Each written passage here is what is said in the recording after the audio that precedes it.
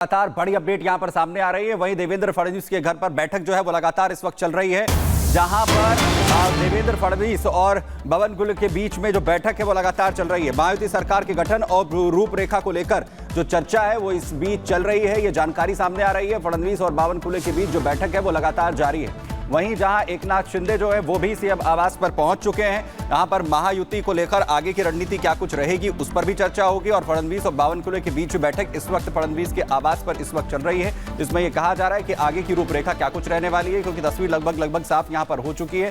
फडणवीस जो है वो सीएम का फेस होने यहां पर जा रहे हैं और साथ ही आज आगे की रणनीति को लेकर भी चर्चा यहां पर होगी। यानी महाराष्ट्र की जो तस्वीर है वो लगभग अब साफ होती हुई दिख रही है।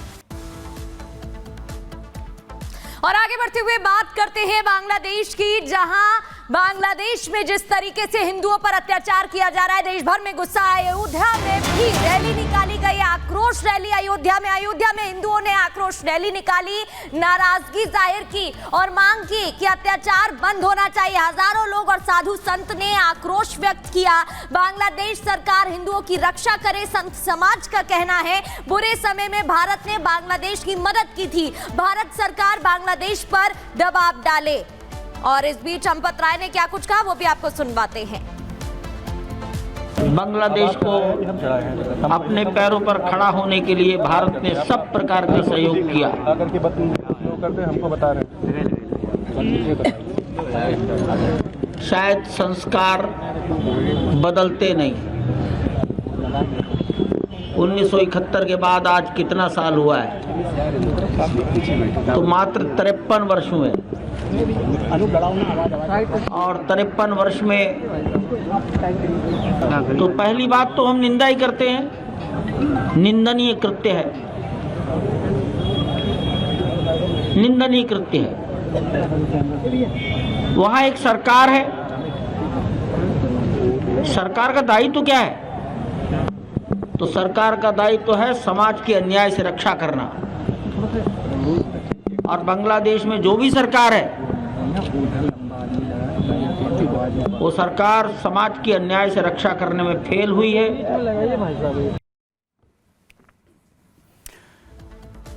तो चंपत राय कहते हुए नजर आ रहे हैं कि बांग्लादेश के अंदर क्या कुछ हालात थे वो भूल चुका है और कैसे भारत ने जो है मदद की थी और लगातार जो अत्याचार है वो अब बांग्लादेश में हिंदुओं पर किया जा रहा है। खबरों में आगे बढ़ते हैं और अब बड़ी खबर का रुख यहां पर कर रहे हैं, जहां पर श्रीनगर में बड़ी कार्रवाई यहां पर की गई है। लश्कर के आतंकियों को सुरक्षा बलों की तरफ से भेज दिया गया। बड़ी जानकारी इस वक्त सामने आ रही है जम्मू कश्मीर श्रीनगर से, जहां पर लश्कर का जो आतंकी है उसे ढेर किया गया है। लश्कर के आतंकी को मुठभेड़ में मार गिराया गया है। मुठभेड़ में लश्कर का आतंकी जुनैद अहमद जिसे ढेर किया है सुरक्षा बलों ने। श्रीनगर के डची गांव में आतंकियों से जो मुठभेड़ है वो लगातार चल रही है। गांदरबल सहित कई आतंकी हमलों में शामिल था आतंकी जिसे ढेर इस बड़ी कार्रवाई में किया गया है। जुनैद अहमद, श्रीनगर के डची गांव में आतंकियों के खिलाफ ये बड़ी कार्रवाई की गई है। मुठभेड़ में इस आतंकी को ढेर कर दिया गया। लश्कर का आतंकी बताया जा रहा है। गांदरबल सहित कई आतंकी हमलों में आतंकी का नाम शामिल था जिसके खिलाफ ये बड़ी कार्रवाई हुई। तो गांदरबल आतंकी हमले के पीड़ितों से हमारे संवाददाता गुरसिमरन ने बातचीत की। उन्होंने कहा कि आतंकियों का यही हाल होना चाहिए। इस दौरान क्या कुछ बातें और हुई हैं, आपको एक रिपोर्ट दिखाते हैं। इस वक्त हम शशि अब्रोल के घर में मौजूद हैं। परिजन जो हैं वो अब खुश हैं क्योंकि आतंकी वो मारा गया है। मैडम, कितनी खुशी है, क्योंकि आप लोग पहले दिन से ही मांग कर रहे थे कि आतंकी को मार गिराना चाहिए। हम बहुत ज़्यादा सेटिस्फाइड है कि उस आतंकी को मारा गया है। उसने ऐसे एक सिविलियन को ऐसे ही मार दिया जो अपनी फैमिली इतनी अच्छी से चला रहा था, सब कुछ करता। उसकी फैमिली भी सारी डिस्टर्ब हो गई है। एक इंसान के जाने से फैमिली को कितना ही सफ़र करना पड़ता है ये जानते ही हैं। तो हमें बड़ी ज़्यादा सेटिस्फैक्शन है। हम गवर्नमेंट का थैंक यू करना चाहते हैं कि उन्होंने ऐसे आतंकी को मारा। माता जी, आपने तो दर्द झेला है, आपकी बेटी ने, क्या कहें? मेरे जवाई थे। हाँ, मेरी बेटी है वो। मैं अपने बेटी का दुख देख नहीं सकती, क्या कह सकते हैं। अच्छा किया गवर्नमेंट, पुलिस ने उसको मार दिया, आर्मी वालों ने उसको मारा। खुशी की बात है, खुशी की बात है। हमें खुशी की बात है कि हमारा बदला लिया गया। गवर्नमेंट ने हमारा बदला लिया। संतुष्ट हैं आप? संतुष्ट हैं हम, हाँ जी। चाहते हैं कि अगर कोई भी ऐसा आतंकी हो उसका यही नतीजा? हाँ, कोई भी ऐसा आतंकी हो उसको ऐसा मानना चाहिए कि दूसरी बार कोई आतंकी बने ही ना।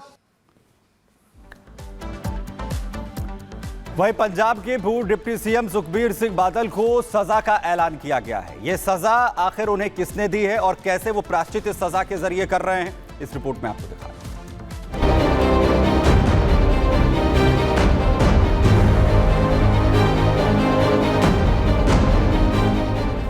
टूटा पैर, व्हील चेयर पर सवार सुखबीर सिंह बादल पहुंचे अकाल तख्त के द्वार। गले में तख्ती, हाथ में बर्छा, पंजाब के पूर्व डिप्टी सीएम इस तरह काट रहे सजा। शिरोमणि अकाली दल के अध्यक्ष सुखबीर सिंह बादल को तख्त की ओर से धार्मिक सजा का ऐलान हुआ तो वो आदेश का पालन करते हुए प्रायश्चित करने स्वर्ण मंदिर पहुंच गए। 9 साल पहले जो गलती प्रकाश सिंह बादल ने की, उसका खामियाजा आज पूरा परिवार भुगत रहा है। सुखबीर ने गलती कबूली तो तख्त ने दंड का ऐलान कर दिया, जिसके तहत बादल ने स्वर्ण मंदिर में सेवादार के रूप में काम किया। गले में तख्ती और हाथ में बर्छी लेकर स्वर्ण मंदिर के दरवाजे पर दरबान की ड्यूटी दी। सुखबीर सिंह बादल को पैर में चोट लगी है, लिहाजा 3 दिसंबर से 2 दिन के लिए वो श्री दरबार साहिब के घंटा घर के बाहर ड्यूटी करेंगे। इस दौरान सुखबीर सिंह बादल ने व्हील चेयर में बैठकर ही लंगर में खाना खिलाया। 1 घंटे तक झूठे बर्तन भी साफ किए। गले में जो तख्ती दिखाई दे रही है वो इस सजा के दौरान अकाल तख्त की ओर से पहनाई गई माफी की तख्ती है और साथ ही उनके हाथ में बर्छा दिखाई दे रहा है, जो 2 दिन प्रायश्चित के तौर पर उनके हाथ में ही रहेगी।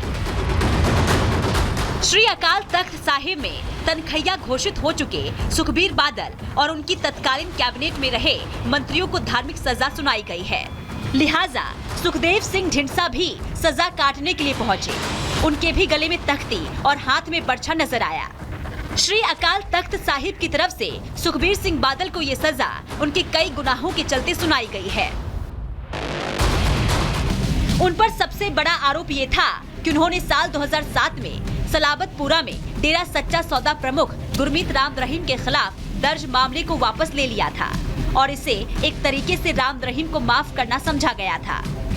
उन पर दूसरा आरोप ये लगा था कि उन्होंने वोट बैंक के लिए अपने पंथ यानी धर्म के साथ गद्दारी की। उन पर तीसरा आरोप ये था कि उनकी सरकार के दौरान बरगाड़ी धार्मिक दूराचार मामले की सही तरीके से ना जांच हुई और ना ही कार्रवाई की गई थी। सुखबीर बादल और उनके नेता पहले वो 2 दिन श्री दरबार साहिब में सेवादार की ड्यूटी करेंगे।